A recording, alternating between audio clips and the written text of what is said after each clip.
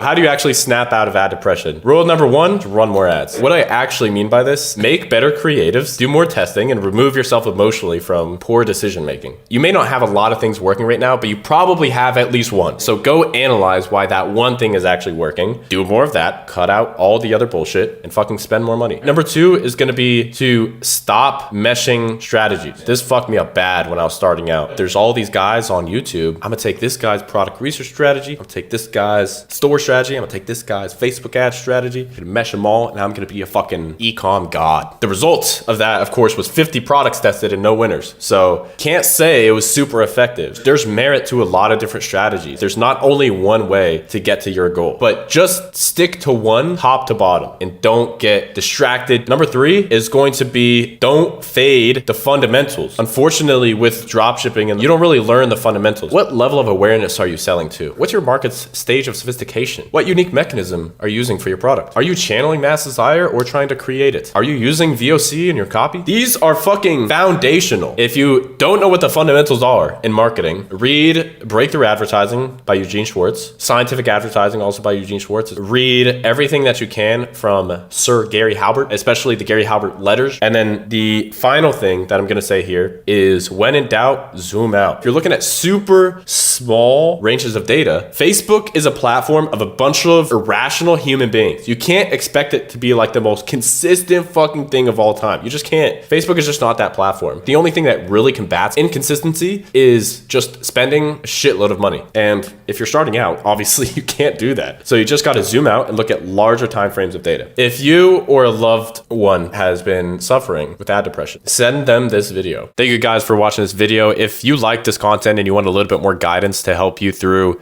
each of these steps in even more depth, I do have a mentorship program called the Brand Builders Academy. If you want to join, you can always fill out an application with the link in the description of this video. Other than that, I'll see you on the next video. Peace.